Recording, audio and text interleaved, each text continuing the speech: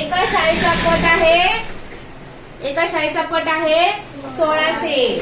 जर त्या शाळेमध्ये 48% मुली असतील तर त्या शाळेतील मुलग्यांची संख्या किती?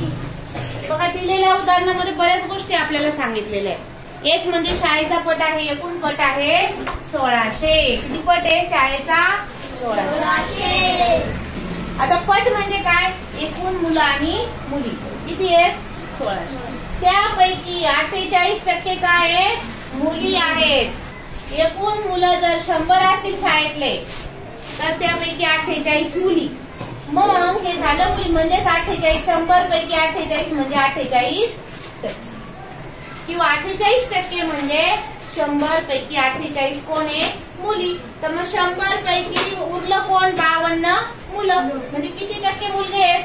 52% मुलं आहेत. मग आपल्याला कोणाची संख्या काढायची आहे? 48% मुली असतील तर त्या शाळेतील मुलग्यांची संख्या काढायची. म्हणजे आपल्याला मुलगे किती टक्के? 52%. 1600चे 52% कोण आहे? मुलं आहे. कोण आहे? मुलगे आहे. मुलगे म्हणजे बॉईज आहे की नाही? बॉईज. आणि मग 1600चे म्हणजे काय? चे म्हणजे गुणिले 52% म्हणजे 52% म्हणजे 100 पैकी 52. आणि मग 2 शून्य कटले, अंशातले 2 शून्य कटले आणि छेदातले 2 शून्य कटले तर किती राहिले? 16 आणि गुणिले 52. मग 16 दुने 32. हातचे आले 3. 16 85 3 83. एवढे काय? 832 कोण आहे? मुलगे आहेत किंवा मुले आहेत. बॉईज. मुले आणि मुली म्हणतो, परंतु त्यांनी मुलगे शब्द वापरला अजून स्पष्ट व्हावं म्हणून. आता तुम्हाला कळलं का हे 52% कशाने? 1500चे 5%. आपण चे शिकलोय आणि टक्के म्हणजे किती असतात ते सुद्धा शिकलेलो आहे. मग 1500 चे म्हणजे कोणतं चिन्ह? ची चे छ्या असं असेल तर गुणिले 5%. टक्के म्हणजे आपल्याला माहित आहे, टक्के म्हणजे छेद 100 म्हणजे 100 पैकी 5. आता बघा इथं कोणीच नाही म्हणजे कोण असतो? 80. अंशातले 2 शून्य उडाले आणि छेदातले 2 शून्य उडाले, कटले म्हणजे याला 100नी भागलं. अंशाला आणि छेदाला कितीनी भागलं? 2 शून्य कटले म्हणजे जादू नसते होत, म्हणजे त्याला कितीनी भागलं? 100नी भागलं म्हणून 2 शून्य कटले. 100नी भागलं. 100 एक 100. 100 15 1500 म्हणून इथं 15 उत्तर आलं. बघा इथं अंशामध्ये कोण आहे? 15 आणि वरती गुणिले किती? 15 गुणिले 15 15 5 75. 1500चे 5% किती? 75.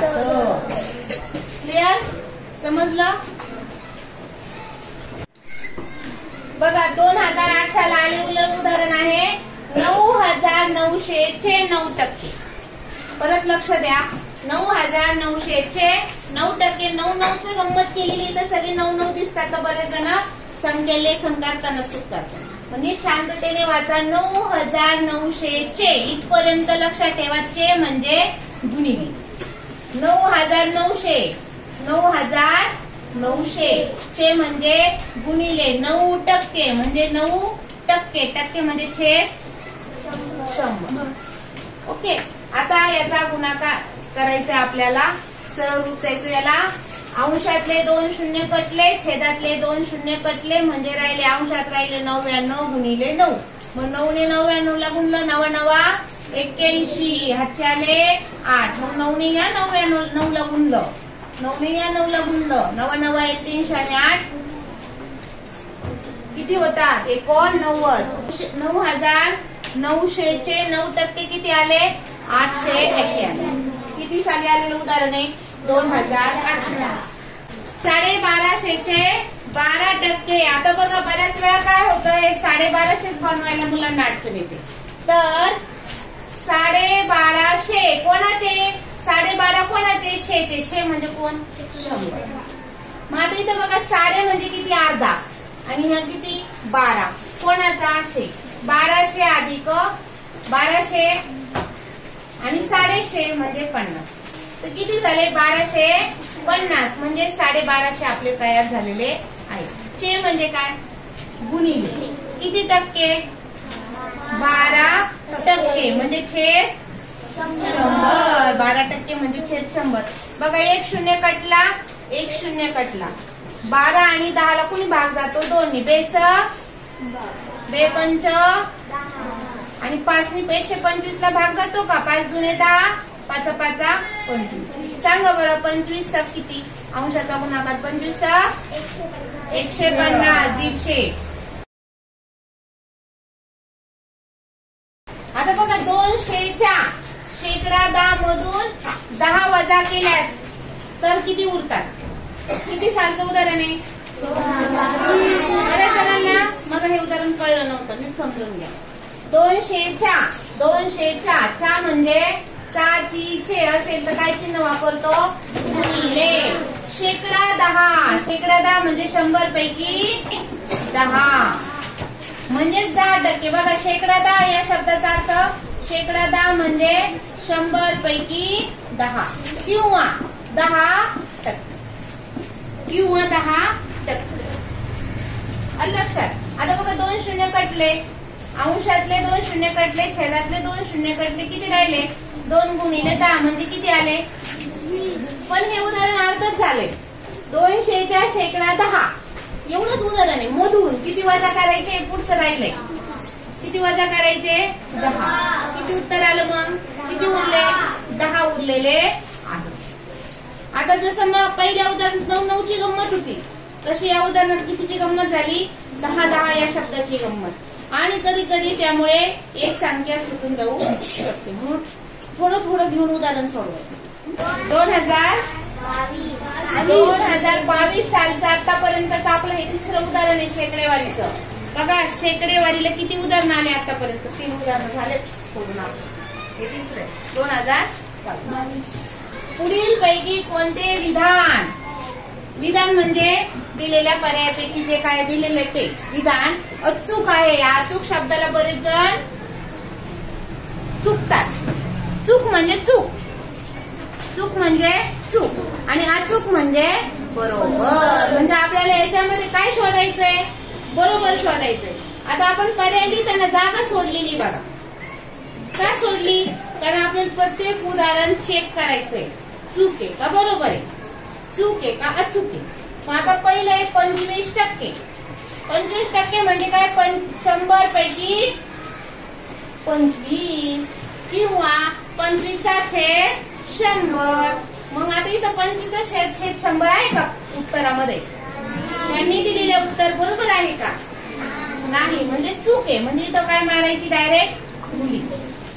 पुढचं आहे 20चा शेकडा 5 बरोबर 4 असं विधान केलेलं आहे त्यांनी की 20चा शेकडा 5 काढला तर उत्तर काय येत आहे 4. मग हे बरोबर आहे का चूक आहे हे आपल्याला तपासायचं. आणि आपण जे आतापर्यंत 10 उदाहरणं सोडवले त्यानुसार 20 चा म्हणजे काय सांगा चा म्हणजे गुणिले. पुढचा शब्द आहे शेकडा 5 म्हणजे 100 पैकी 5 बरोबर.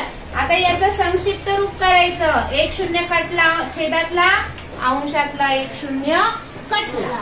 मग किती राहिला इथं राहिला 5 अंश छेद 10 5 1 5 5 दुने. आता बघा अंशातला 2 कटला सेम अंक असेल तर भागिलं होतं बे 1 बे बे 1 बे. मग काय राहिला अंशामध्ये 1 गुणिले 1 म्हणजे 1 आणि छेदामध्ये 1 असला तो लिहिला नाही तरी चालेल. म्हणजे 20चा 5% किती आलाय 1. पण इथं काय सांगितलंय काय विधान केलंय 4 म्हटलंय. मग हे उत्तर बरोबर आहे का 4. म्हणजे तुमचं उत्तर चुकलंय असं त्याचा अर्थ नाही. तुमचं उत्तर बरोबर आहे. यांचं उत्तर विधान चुकलेलं आहे. पुढचं 50चा शेकडा 50 कोणी सोडवलं होतं तर दिलाय 2.5 दिलाय. हा 2.5 बघूया. 50 चा म्हणजे गुणिले शेकडा 5 या शब्दाचा अर्थ सांगा. शेकडा 5 कोण सांगतं. हा व्हेरी गुड. 100 पैकी 50. 100 पैकी 50. शेकडा 5 म्हणजे 50%. 50% असं पण लिहितो आपण आणि 100 पैकी 50 असं सुद्धा लिहितो. आता बघा, एक शून्य अंशातला कटला, छेदातला एक कटला, इकडे अंशातला एक कटला, छेदातला एक कटला. मग किती राहिले अंशात? 5 गुणिले 5 म्हणजे किती आलं उत्तर? 25. खाली कोण शिल्लक आहे का चेक करा. इथं तर कोण नाहीये आणि इथं पण कोण आहे, म्हणजे छेद किती आहे? नाही लिहिला तरी चालतं. मग किती उत्तर यायला पाहिजे होतं? 25. पण आलं 2.5. म्हणजे मग सारखं दिसतंय म्हणजे बरोबर आहे का? 2.5 वेगळं आणि 25 वेगळं. म्हणून हे उत्तर सुद्धा यांनी केलेल्या तिसऱ्या पर्यायाचं विधान सुद्धा काय आहे? चुकीचं आहे. आता राहिलं अशा प्रकारचा पर्याय होता. काय पर्याय होता? 0.68 बरोबर 68%. आता काल आपण याच्या विरुद्ध सोडवलं होतं पहा. 68% बरोबर दशांश चिन्हात सोडवलं होतं. मग 68% म्हणजे काय? छेद. जर हे टक्केचं चिन्ह काढून ठेवलं तर छेद किती येतो? 100. आणि याचा आपण दशांश रूपांतर केलं, 68 लिहिले. कोणाच्या किती शून्य? 2. तर किती घरं सोडायचे अपूर्णचे? 2. 1 2. म्हणजे हे उत्तर बरोबर आहे. बरोबर आहे ना? उलट केलं फक्त. ठीक आहे. म्हणजे आता मग सांगा, या पुढील पैकी किती नंबरचं विधान अचूक आहे? पर्याय क्रमांक 4. थोडक्यात 2022च्या उदाहरणात तुम्हाला 4 पर्यायामध्ये 4 उदाहरणं सोडवले. तुम्ही किती उदाहरणं सोडवले? 4 उदाहरणं. 4 पर्यायात तुम्ही 4 उदाहरणं सोडवले.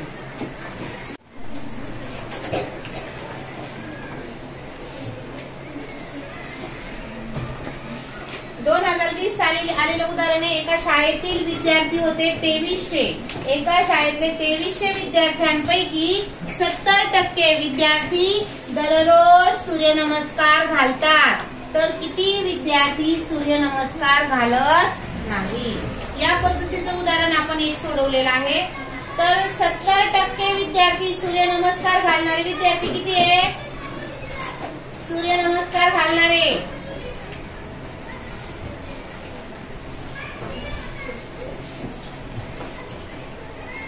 किती? 70%. म्हणजे काय?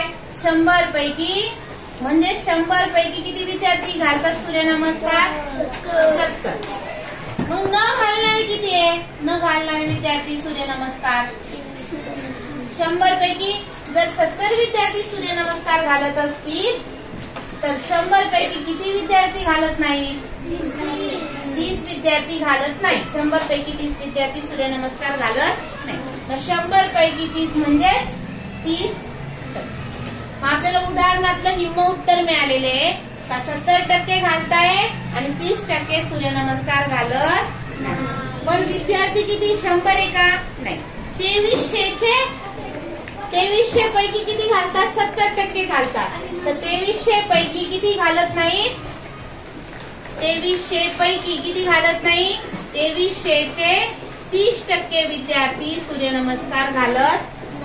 आणि बघा इथं सगळी शून्याची गंमत आहे, त्यामुळं जास्त काही संक्षिप्त रूप द्यायला कष्ट पडत नाही. अंशातला एक शून्य काढला, छेदातला एक शून्य काढला, छेदातला एक शून्य काढला, अंशातला एक शून्य काढला. आता किती राहिले? अंशामध्ये राहिले 230 गुणिले 3. छेदात कोणी राहिलं का चेक करा. एकच राहिलं म्हणजे छेद एकच येणार आहे. लिहिला नाही तरी चालणार आहे, पण अंशाचा गुणाकार करून घेऊ. 230 गुणिले 3. 230 गुणिले 3. 3 शून्य 3 त्रिक 3 दुने. किती विद्यार्थी घालत नाहीये?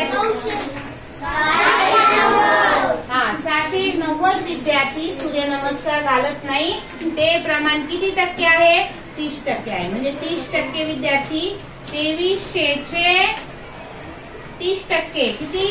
690. कितव्या नंबरचा पर्याय? दुसऱ्या नंबरचा पर्याय आहे. बघा 2021 साली आलेलं उदाहरण आहे. जीपच्या एका शाळेत 120 विद्यार्थ्यांपैकी किती मुली होत्या? 60% मुली होत्या. त्याच गावातील खाजगी माध्यमिक शाळेत, त्याच गावात दुसरी शाळा आहे खाजगी, त्या शाळेमध्ये 200 विद्यार्थ्यांपैकी 55% मुली होत्या. वरती पण मुली आहे, खाली पण मुली आहेत. ही जिल्हा परिषदची शाळा, ही माध्यमिकची शाळा आहे. मग याच्यात काय विचारलं, त्या गावात एकूण मुली किती शाळेत जातात.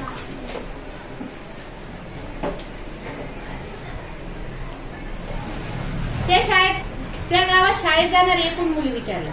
जिल्हा परिषदच्या शाळेत जाणाऱ्या आणि माध्यमिकच्या शाळेत जाणाऱ्या एकूण मुली आपल्याला काढायच्या आहेत. त्यांचा पट दिलाय. मग बघा, पहिला आहे जिल्हा परिषद शाळेतल्या मुली आहेत 120. जिल्हा परिषद शाळेतले एकूण विद्यार्थी आहे 120 आणि त्यापैकी किती 60% म्हणजे 120 चे 60% मुली कुठं जात आहे, जिल्हा परिषदच्या शाळेत जाते. बस मग 60% म्हणजे छेद. मग आता बघा 2 शून्य कटले. 120 चे 60% मुली कुठे जात आहे, जिल्हा परिषदच्या शाळेत. त्या मुली किती पाहूया. 60% मुली, अंशातला शून्य कटला, छेदातला शून्य कटला, अंशातला कटला, छेदातला कटला, अंशात राहिले 12 आणि गुणिले 6 72 मुली जिल्हा परिषद शाळेत आहेत. आता दुसरे आहे खाजगी शाळा. खाजगी शाळेत किती विद्यार्थी आहे, माध्यमिक शाळेत 200 आणि 200 पैकी किती मुली आहे, 55% मुली आहे. टक्के म्हणजे छेद. तर म्हटलं ना 55% मुली आहे म्हणजे 55% म्हणजे 55 अंश. मग बघा, अंशातले 2 शून्य कटले, छेदातले 2 शून्य कटले, 55 गुणिले 2 याचा गुणाकार किती आला, 110. म्हणजे जिल्हा परिषदेच्या शाळेतल्या मुली आहेत 72 आणि माध्यमिक शाळेतल्या मुली आहे 110. त्या गावात एकूण किती मुली शाळेत जातात, तर जिल्हा परिषद शाळेत जाणाऱ्या 72 मुली आणि माध्यमिक शाळेत जाणाऱ्या 110 मुली. टोटल किती मुली शाळेत जात आहेत, 182 मुली शाळेत जातात. कितवा पर्याय हा, तिसरा पर्याय आहे. तिसरा पर्याय हा 182.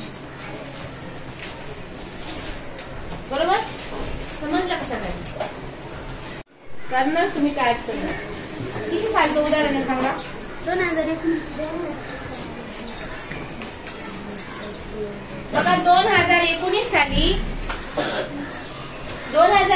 साली आलेलं उदाहरण आहे शेकडेवाडीचं.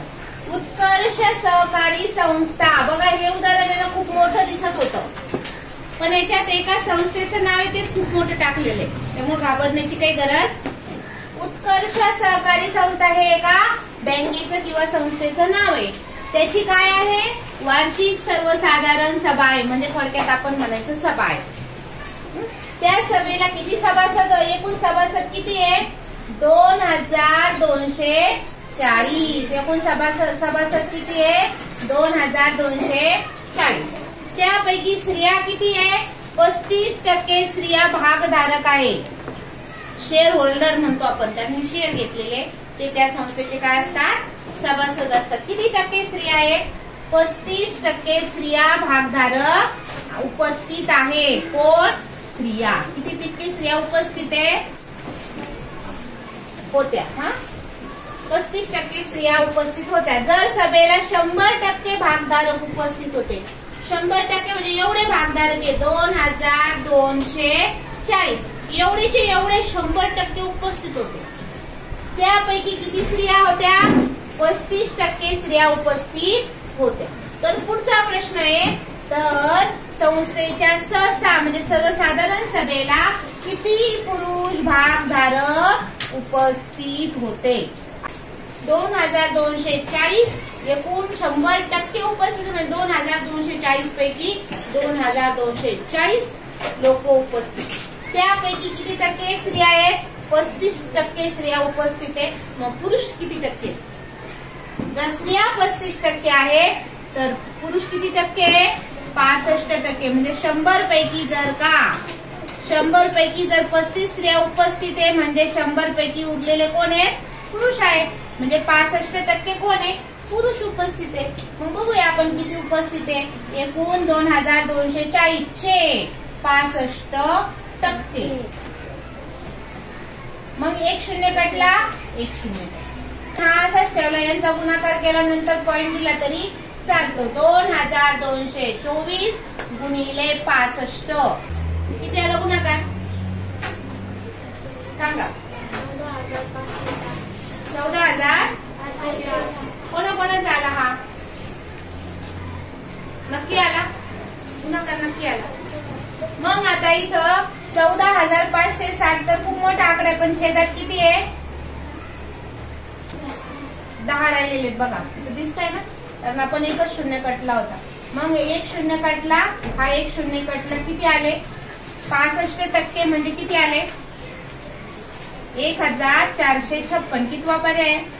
पर्याय क्रमांक 1. पर्याय क्रमांक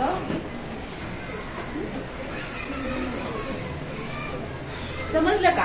कुणाला परत समजून सांगू? कोणाला वाटतं परत समजून सांगू? नाही वाटत? नक्की येत्याला नाही समजलं समजून सांगायचं. काय समजून सांगू, काय नाही समजलं? हे 65% कशाले कळलं? मग काय संक्षिप्त रूप नाही कळलं का? काय नाही. संक्षिप्त रूप काय केलं? 1 शून्य कटला 1 शून्य कटला. इथे किती राहिले? हे कुठं लिहिले? आणि हे 2,224 गुणिले किती आहे? 65. याचा गुणाकार इथं केला 14,560. मग आपण इथं काय केलं? वरचा 1 शून्य कटला, खालचा 1 शून्य कटला, म्हणजे उत्तर किती राहिलं? 1400. सोपं. संक्षिप्त रूप करून दाखवू का? बंद करून सांग. बघा 35% स्त्रिया आहेत, 100% सभासद उपस्थित आहे. तर पुरुष किती उपस्थित आहे? 35% स्त्रिया आहेत, तर 65% काय येणार आहे? पुरुष उपस्थित आहेत.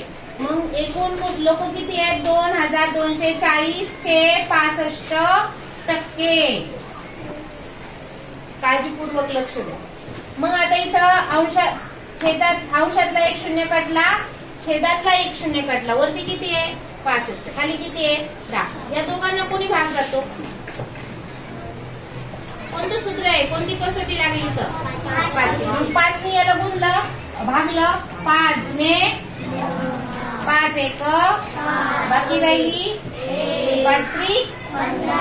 आता 2नी बघा, 2नी 13ला भाग जात नाही, पण 2नी याला भाग जातो, कारण ही समसंख्या आहे. 224 कारण हा कटलेला आहे, बरोबर ना? मग 2नी याला भाग दिला. बे एक बे, पहिले छेदाला दिला, मग अंशाला बे एक बे, बे एक बे, बे दुने. बघा अंशात कोण कोण राहिले? 112 गुणिले 13. माझं सोपं झालं तुम्हाला. 112 गुणिले 13 हा गुणाकार येतोय सर्वांना. 13नी याला गुणलं, 13 दुने 26, हातचे आले 2, 13 एक 13, 14 15, हातचा आला 1, 13 एक 13. किती आलं? 1400. फक्त लक्षात ठेवा, डर के आगे जीते. तुम्ही जर संक्षिप्त रूप करायला घाबरले ना, उदाहरण येणार नाही. प्रॅक्टिस करा. 2 पद्धती वापरा, शून्याची वापरा आणि ही पण वापरा. मी दोन्ही पद्धती व्हिडिओ टाकणार आहे, पण तुम्ही तिथे प्रॅक्टिस करा. तिथे लिहिली का तुम्ही ही पद्धत?